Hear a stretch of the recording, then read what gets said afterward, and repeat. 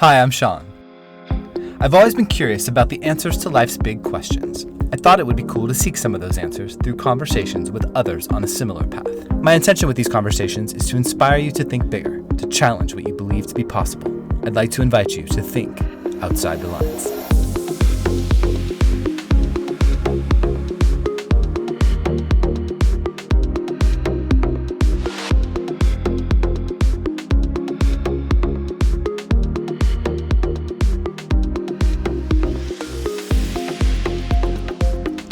Happy New Year, and welcome to the Think Outside the Lines podcast, where we feature thought-provoking and inspiring conversation with guests who are doing their part to make the world a better place. Now, I like to start off each episode with just a moment of gratitude. I do this because I truly believe it's the best way to live in the moment, and that you can't ask the universe for anything if you can't appreciate what you already have. So take just a moment and say thank you for some blessing in your life today. Now, before we get started today, I want to tell you about another project I've been working on. Some friends and I have launched a new podcast. It's called The Martini Scale, and we discuss film. It's a huge passion of mine, and I'm really excited to share this new adventure with you. You can learn more about the show over at themartiniscale.com, and of course, you can subscribe wherever you listen to this podcast. Now, my guest today is a world-renowned bootcamp Pilates specialist with a decade of experience in the fitness industry. She's certified coaches in over 80 cities across the U.S. and developed fitness programs for over 20 studios across Europe, Africa, Asia, and Australia. More recently, she spent the last year as program director at a Santa Monica tech startup, launching their live stream fitness program. Prior to a career in fitness, she was a fashion designer, competitive rock climber, and a contestant on the 14th season of CBS's Survivor. She's a dear friend of mine, and I've been wanting to introduce you to her for a while now, so I'm really glad that we could finally make it happen. She's joining us today to help us get our new year off to an amazing start with some of her top tips for living your best 2019. It's time to think outside the lines with the lovely Piper Michelle. Tell me what you believe to be the message that you were brought here to share with the world. We're going deep real fast. I know. I was like, that was really quick. Well, I think all we can do is learn and teach. So our ability to learn and then teach is our best way to kind of start a fire in ourselves and in anyone else. So if we can share our passions with others and hopefully help them discover something too, that's a pretty strong thing that we're here to do with each other on this world. We're going to dive into more specifics, but just give us like a brief background of like who you are, what you've done in this world. Just tell us who Piper is.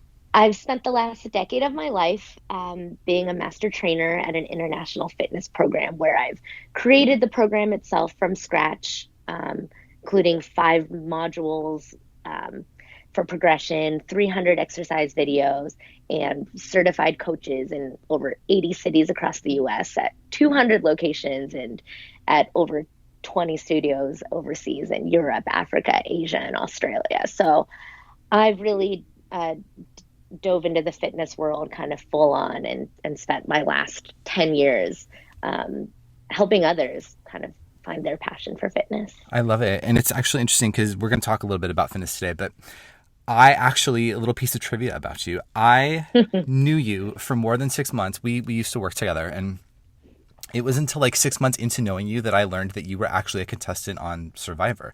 And not just a contestant, but like a popular contestant with like a fan base and stuff. Tell us about that. Yeah. It's usually not the story I lead with. So I was on, which is funny for me to actually be like, that's not the most interesting thing I think about myself, Totally. Which I think is great. Yeah, for sure. I agree. I was on the 14th season of CBS's Survivor. It was filmed in Fiji. At the time, I was actually the youngest contestant they had ever let on the show. Oh, wow. So that was pretty rad. At the time I was in college, I was also rock climbing a lot. So trying to stay under the radar, just a young college student without kind of showing all my cards of being really athletic. But, kind of if you're into Survivor trivia, typically after the merge, when the 2 tribes become one, that's when you usually vote off the strongest, buffest guy on the tribe. And for the first time since the first season, I was the one voted off at the merge. Interesting. Well, So, I have to say my actually the shining moment of when I was on Survivor, what I'm most well known for, other than starting a fire with glasses, is there was a challenge where everyone is blindfolded except for me. Like I'm supposed to be the eyes. And so I'm shouting instructions to my team while standing on a 6 foot tall platform and not looking at where I'm going. I literally step one step too far to the right and fall off the 6 foot platform in the challenge where everyone else is literally blindfolded. oh my And God. yeah, it's one of those moments where you're like, I just fell in front of 12 million people, but the 8 people in front of me have no idea what just happened. So one of the things, so you mentioned like 12 million people watch the show. I would imagine that you become an instant celebrity, especially when you're back into the world afterward. What is the experience like, and were you prepared to deal with that? Well, they don't put you through any kind of formal training on what to do when you start getting recognized on the street. Yeah, And totally. I mean, yeah, I was pretty recognizable. I had a whole head of dreadlocks at the time Oh my too. God, you So, did? yeah, yeah. So, walking around Cincinnati, Ohio with a bunch of dreadlocks, yeah, it's tough. Um, but I mean, it was neat because the thing is, what's so great about the show Survivor is that the fan base is awesome. Like the fans love the show. They remember us as the characters and what we did and what we said. And I think it helps that when I was on the show, I wasn't really that mean. I'm not really mean in real life, so it makes sense that I'm not mean on the show. I think those of them that really showed their not best selves had a harder I time. think that that's probably like the least reality, or maybe the most reality-based reality show. But like, what did you feel you were able to be yourself in that experience, or Yeah, yeah, actually, and that's a funny way of putting it because it's almost like the most yeah, I guess reality reflecting show. on it, it actually is. Yeah. Yeah, there's no script. They really do dump you out on the desert. There's no secret food or anything like that. And you're just there with your tribe mates trying to be as, you know, just literally trying to survive. So, you think about how grumpy you get after you miss one meal or have one bad night of sleep. Yes. Try doing that for a month and then being your best self around people. So it kind of strips you of all your own abilities to kind of control your temper, control your emotions, because you're really at hanging on by a thread. And so, what I was really surprised about for myself is just how resilient I am. I was 22 at the time, and it's not like, oh, I had my family that I was like looking to for inspiration or a kid or this and that. It was just me. And I was actually really impressed with myself that being, what I would consider a self-driven person when stripped of food and comfort and sleep, I'm like, oh yeah, I still feel like I can count on me and get through and not break down. Yeah, for sure. What was your biggest takeaway, would you say, from that experience? So my biggest takeaway from the Survivor experience actually is it's really impressive what the human body can go through. Another piece of Survivor trivia is at the time I was on the losingest tribe in Survivor history. So yeah, 0 for Well, 9. that's an And accomplishment in itself, right?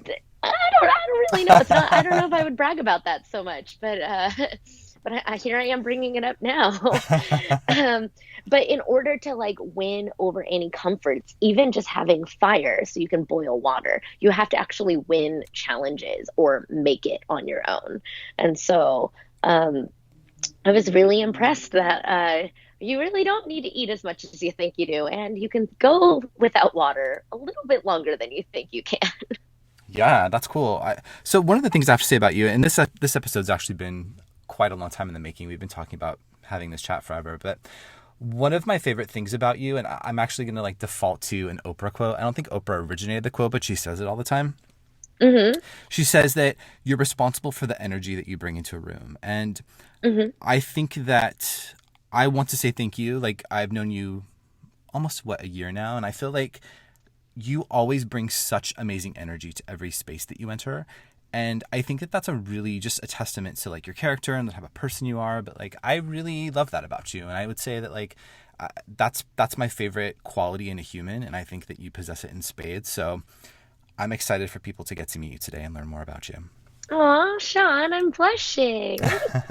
So, Thank you. because you have such amazing energy, I do want to know, like, is that something that you're really intentional with? And is it part of how you start your day? Like, do you have a morning routine? Like, walk us through how you show up in the world. So I guess I do have a pretty like sunny and upbeat demeanor. It's not a conscious thing though. I'm just generally pretty excited and pretty positive. I think the chance to get to like learn and experience things is enough to be excited about. So I'm not really a morning person, despite being a fitness instructor. Being a fitness instructor makes you a morning person because if you have a 6 a.m. class, you know you're showing up for your team. So I would imagine that you kind don't of, have a choice. you have no choice. You basically have no choice. You can earn your stripes and tell your, studio owners you don't want to teach 6 a.m. anymore. But, it's always actually inspiring every time I show up for class because you have the people that came of their own will to, oftentimes paying to be there, arranging their day around it. And you get to deliver, at least take an hour of their time and deliver a great experience. And so to me, like that's exciting on its own. There, you don't need to give yourself a pep talk for that. That just in itself is really awesome.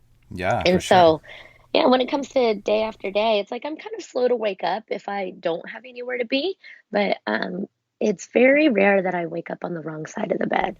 I believe that about you. So my objective with this show is really to just help people live their best lives. And today you're actually Mhm. going to share some of your top tips for living your best 2019. And I'm so excited to dive in. So give us a little background about how you came up with this list and let's talk about some of them. So, when we were talking about this episode and talking about like tips for living your best 2019, it's a really exciting opportunity. But as I started to sit down and think about it, I was getting a little bit overwhelmed because here I am trying to tell people how I think they should live their best 2019. And so, having a little time to reframe, um, you know, I think these are 7 tips that I plan on taking into my very best 2019. All of these tips are from personal experience. Like I said, I love learning from the things I've done. It's rare that I get it right the first time. And the fact that a lot of us are so fortunate to get the opportunity to do over a lot of things. Um, these are my 7 tips based Cool. on personal experience. And I like that it's expertise with a dash of humility. You can call it that. All right, so what's your first one for us? Okay, tip number 1. In 2019, remember to take baby steps. I think it's this time of year that we think of a lot of big goals and a lot of big plans, and we get overwhelmed. It's hard to think about how we're going to get from point A all the way to point Z. And without acknowledging that little baby steps are what makes up the big picture at the end, it's hard to get started. And this is something I work with a lot in fitness because, if an instructor is telling you, hey, give me 10 push ups, it's actually absolutely fine to do 1 push up, 2 push ups, maybe no push ups, maybe you just hold a plank. And that's great. It's these little baby steps that I think, even when you're presented with a big, overwhelming goal, remembering that baby steps are the first steps to get you closer. And getting closer is all we're asking for. Yeah, I actually love that one because I think, especially in regard to fitness, I think there's probably people listening right now who might want to, make something fitness oriented a resolution of theirs this year. But I think that the biggest mistake that we often make is in getting started, we have this expectation of like, oh my God, I have to be to, point Z in 2 weeks, when to your point, you're probably not going to be. And so you're going to have to take little steps to get there. And the acknowledgement of that, I think, is so important, right? Yeah. I think when it comes to even like the easiest baby steps for your own health and wellness, like, you could say drink more water, but literally just drink 1 more glass of water each day for the first month, Yeah, you don't need to walk and around with a gallon. totally, yeah, don't be that person with a gallon. And even if you're like, oh, I should be getting more sleep, if you usually only get 6 hours sleep, don't expect to jump to 8 hours Yeah, overnight. Just set your, timers so that you go to bed 5 minutes earlier week after week. love it. Number two, I think, might be my favorite. Okay. Number 2 is let yourself make mistakes. I mean, I know I'm the kind of person who gets really hard on themselves after they've made a mistake. And I think there's a certain amount of healthy postmortem you should have when you've made an error. But this actually took me years to kind of embrace the way that I think helps me best. So, going back to Survivor, when I got voted off, the episode that I got voted off on, our teams had already merged, and Jeff Probst was going around asking each person why you might vote off another person or why you might vote off another person. Um, I tend to answer things really straightforwardly. It's a bit of a blessing and a curse. And so at that time, when Jeff Probst asked me, why would you vote off this person? I actually answered the question. And when he asked, why would you vote off this person? I actually answered the question, not aggressively and not abrasively, but just as a matter of fact. I do think part of that did cost me um, staying on the show because some of those people actually thought, oh, she might vote me out tonight, and then wrote my name down on that piece of paper. So, playing that back in my head again and again, there's always that, oh, I should have done this. I should have said that. I shouldn't have done that. But, you know, all that did was put me in a place that didn't help me grow. I had to realize I didn't have the knowledge that I have now. So it's really unfair to put that pressure.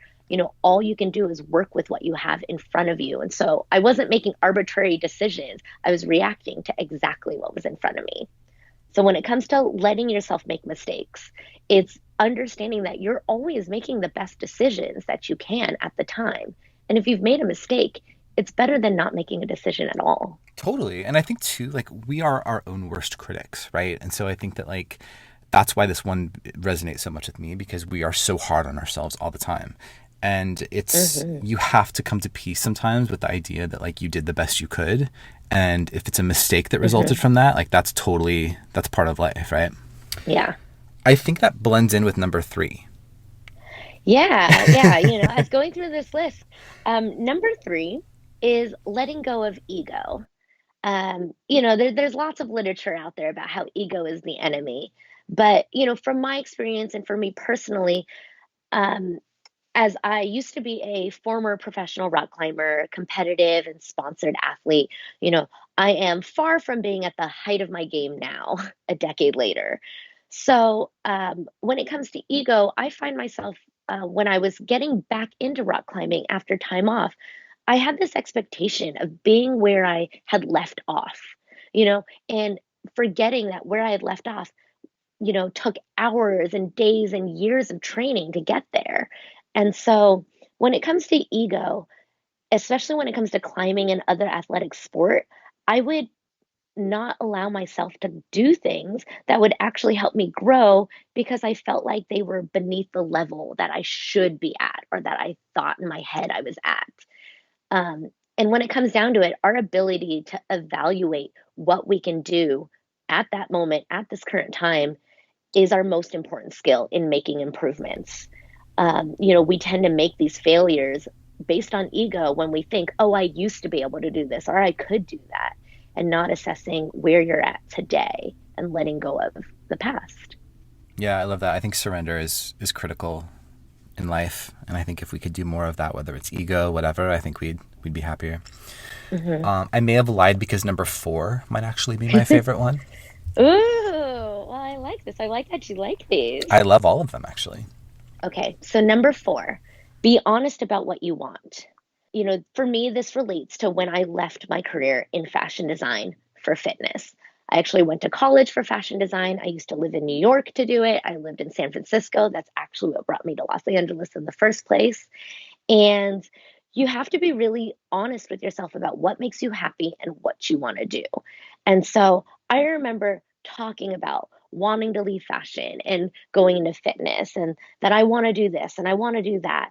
But my actions were not following what I was saying.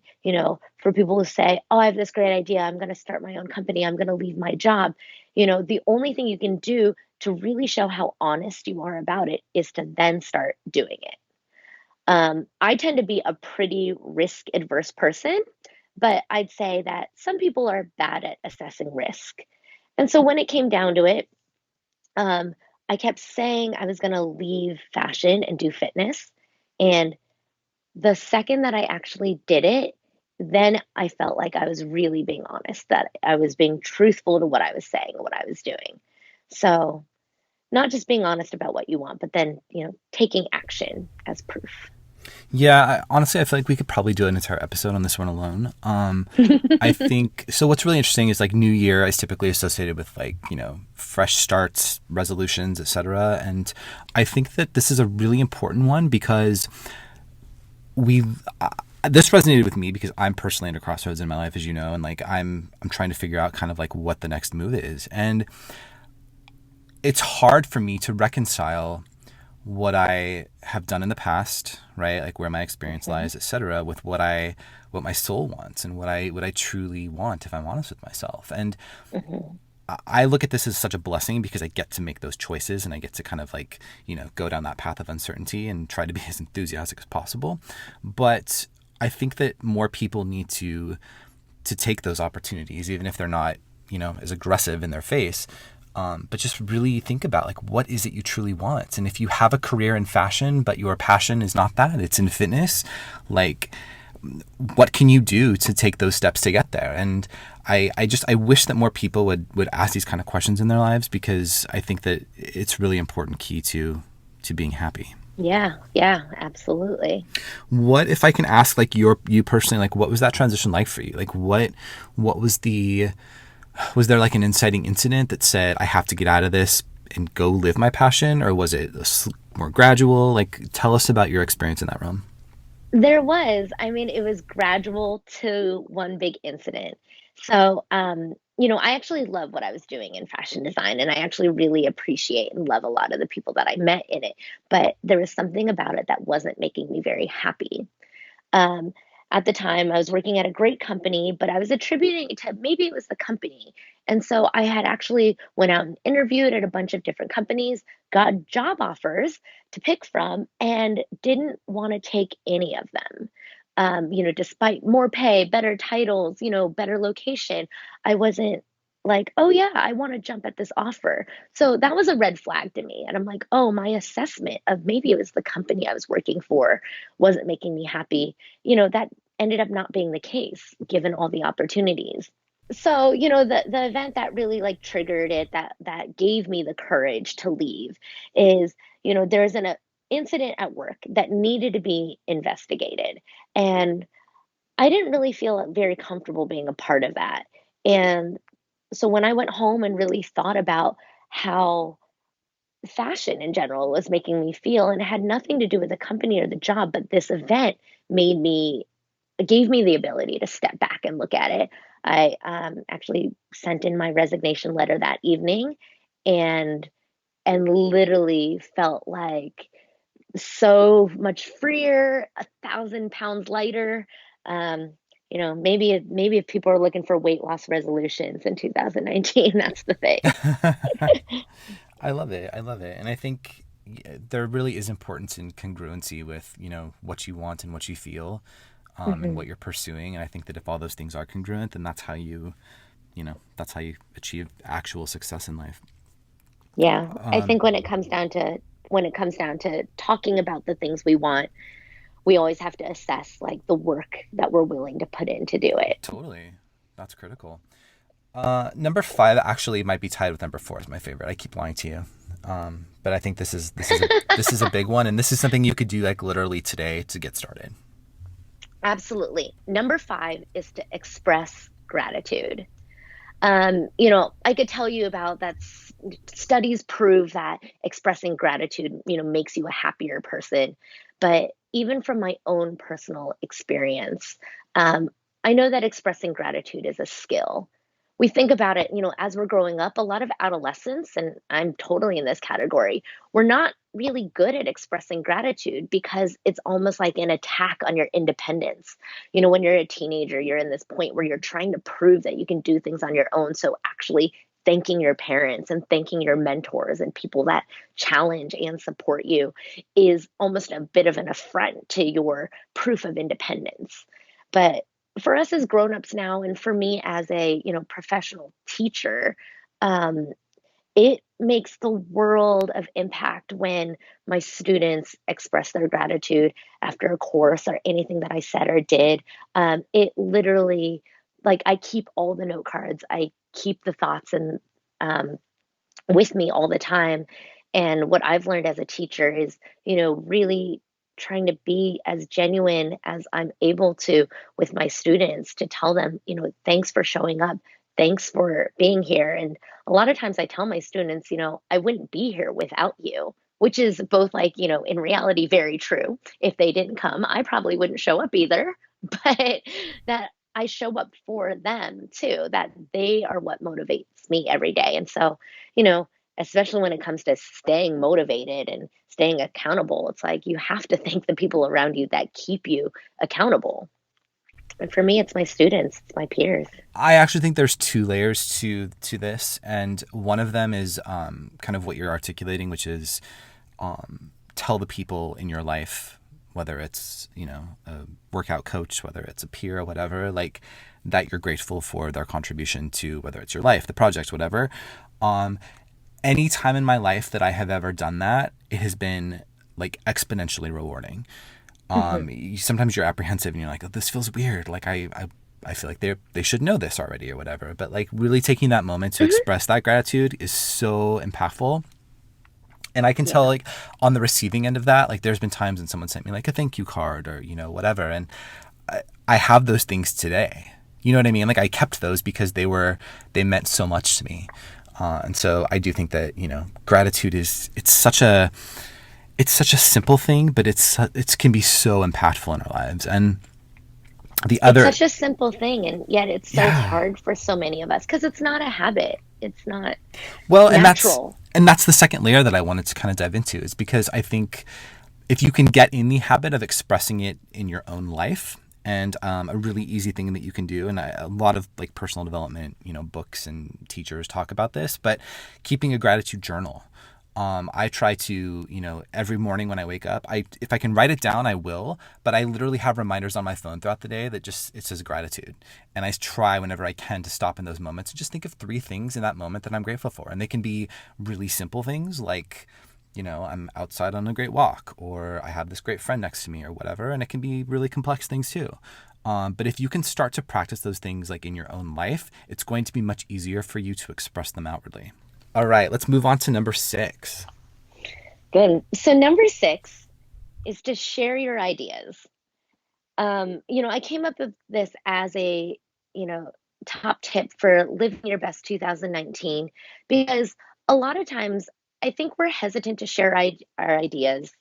Maybe we're a little self-conscious or nervous of what other people might think. But the reason why I think it's so important is because an idea that you have might be really obvious to you, but really novel to somebody else. Uh, I think there's a really important amount of like healthy debate and aligning that you need, especially when it comes to work. And we got to work together. And a big part of our culture is to make sure that everyone shares their ideas, to make sure that they got to express their point of view. And then you get to form something that is the strength of everyone who gets to contribute instead of just one person. So when it comes to like getting stronger and building a better self, sharing your ideas, you know, at best, all you do is improve on it and fortify what you're thinking. Yeah, this one actually resonated a lot with me, just because as I was going through your list, I was doing some reflection on like the work that we did do together and the company that we worked for together. That things ultimately didn't work out with that, but I wonder if we had been more vocal in certain meetings. Like I literally was reflecting on just like group meetings that we would have, and I don't know that people always were interested in inciting that healthy debate and expressing those Mhm. ideas. And I wonder, like, would things have turned out differently if more people were vocal with their ideas? Yeah, and it's like I felt like this is a really important thing for me personally to take into 2019, learning from that experience that don't hesitate to share your idea and be conscious of trying to create an environment where other ideas are welcome. Absolutely. All right. What's the final one? It's a good one. Okay, so number 7, after this list of things that I think are going to make for an awesome 2019 for at least me personally. I would say number 7 is beware of advice. I mean, all of this is still through my lens and my experience, and the best I can do is help try to teach and share those experiences. But for you, like, only you know what to do to serve yourself well. So take a look back at your own experience and see what's worked and have a little time to reflect on what hasn't. But don't be afraid to stand on the shoulders of others too. So take advice for what it is, you know, don't take it blindly. I love that. And I think especially in this space where there are so many voices telling you like their best approach or whatever, I think that like my favorite thing about any sort of personal development work, whether it's, you know, fitness, meditation, like what have you, like there are people that have elements of a process that work for them quite well, but maybe there's only like one element of that that works for you, and take that. You know, like just take the things that resonate with you and really build upon those things. And I actually think that this one is probably the most critical one of all of them, because, you know, it's true though. Like we think that like, oh, you're a guru and, you know, you're living your best life. And so in order for me to get, you know, from where I am to where you are, I need to do X, Y, and Z. And maybe only X and Y are going to get you there. You know, like you never truly know. Yeah. Absolutely. It's always hard to discern, especially, you know, we're getting hit by advice left and right, and with social media and the So internet. much, yeah. It's hard to know what works and what doesn't work. And so just take it for what it is. Just take what It's you the need. best. Yeah. I want to talk about fitness, just touch upon a couple things really quickly, because I do think that like we alluded to a moment ago, new year, new you, whatever, like people tend to be in that resolution space where they want to get in shape. What do you see as the biggest mistake that people make when they're trying to get started? And also, how can someone maintain momentum that they might have going into the new year? Because I know that most of the gyms are empty again by early February. Yeah. I'd say when it comes to fitness, consistency is absolutely key. And people don't set themselves up for consistency. And that's the issue, is whether you bite off more than you can chew. And so you are determined to hit the gym 6 days a week. That's going to be really hard to maintain when life starts to catch up with you. Yeah. You know, maybe the new food prep regimen that you're on is actually too costly to maintain or too time consuming to do. So when it comes to consistency, even just finding something you know you can stick with, something that brings you joy. Even for me as a fitness professional, I find that my favorite fitness classes I take are the ones that I take with friends. That's Totally. what keeps me really accountable. Yeah. You know, I get to take lots of fitness classes all around LA, from a lot of my favorite trainers, but I'm always inviting friends to join with me. And when it comes to working out by myself, it's not my favorite thing to do. So I don't force myself to do squats, push-ups, and sit-ups by myself. I go to the climbing gym. I go take a boxing class. I go surfing. And so do something that's more of a skill that doesn't feel like a workout. That's, you know, that's where my passion is. My passion isn't doing squats and push-ups. My passion is climbing rocks and Is being that anyone's outside. passion though? Let's be honest.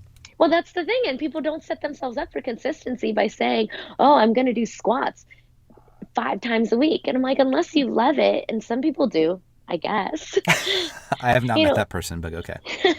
yeah, right. It's not a great path to set yourself up for success. Yeah, agreed. What keeps you motivated? I think seeing improvement keeps me motivated.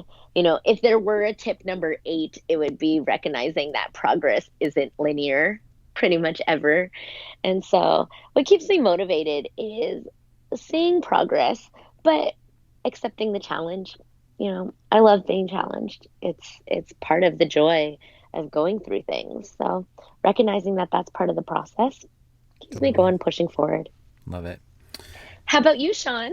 Tell me a little bit about you. What keeps you Oh motivated? my gosh. You know, it's been interesting. I've had some free time recently, especially over the holidays, to kind of think about obviously what I want going into the new year, and particularly as it pertains to fitness. And I've been going to the gym a lot. I love to go hiking. And that's kind of my thing that keeps me motivated, because it doesn't feel like working out to me. And I think that that's actually something that it took me a while to touch upon, because I always thought that like staying in shape had to mean going to like a gym and running on a treadmill and being bored, or like whatever that looks like. And for me, I was like, no, actually, like I like to be outside in nature. And so that's something that like I actually look forward to that, and it doesn't feel like working out to me.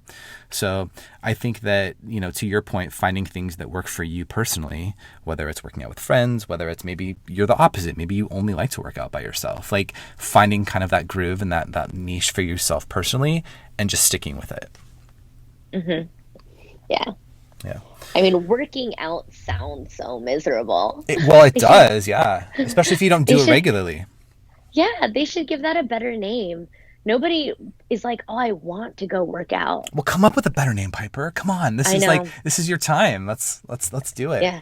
2019. I'll text you later when I think of what it is. All right. We'll add it to the sub notes. Absolutely. Do you have any specific resources that you like, whether it's books, apps, things that maybe help keep you motivated? One of my favorite books that I've read recently is called The Talent Code by Daniel Coyle. Oh, haven't heard of that. Yeah, it's really, really excellent. It was written in 2009, so it's a little bit on the older side, but still modern. And he really talks about being deliberate in what we practice, that we can really like grow our talent and our strength. So oftentimes we think about people who are just born artists or born musicians, but he really talks about breaking down how a lot of the most successful people actually practice to grow that trait in them. So basically you're saying that I can still become that famous pop star that I've always wanted to be. Absolutely, it's not Sean. Too late. You just have to keep believing, keep practicing. All right. I like to ask all my guests what has them hopeful. So please tell me, going into the new year, what has you hopeful? I have a lot to look forward to in this coming year. I have a lot of great opportunities to travel and train some of my favorite studios, see some incredible trainers around the world. But I'm also starting a new job. Oh. So, yeah. That's exciting. Come January 7th, come talk to me again. You can stalk me on Instagram and see what I'm up to. Oh my God, I can't wait. I want to say again, I've always appreciated your light and your energy and just what a remarkable human being you are. And so thank you so much for coming on the show and sharing that and your wisdom with us today. Please tell us how we can connect with you. So Instagram is going to be the best way to reach me. My handle is Hello Piper Michelle, and just slide into those DMs. I love it. I just want to say thank you so much for always being so inspiring to work with and having me on this show. It's been such a pleasure. All right, I want to thank Piper so much for joining us today. I'd also like to thank you for listening. Now, if you're enjoying the show, please subscribe and leave a review on Apple Podcasts. It is the best way to help new listeners discover the show. And please share this episode with anyone you think could benefit from hearing it. Now, you can always find the links for everything we talk about in the show notes, which can be found over at thinkoutsidelines.com. And feel free to drop me a line with any questions or feedback on the show.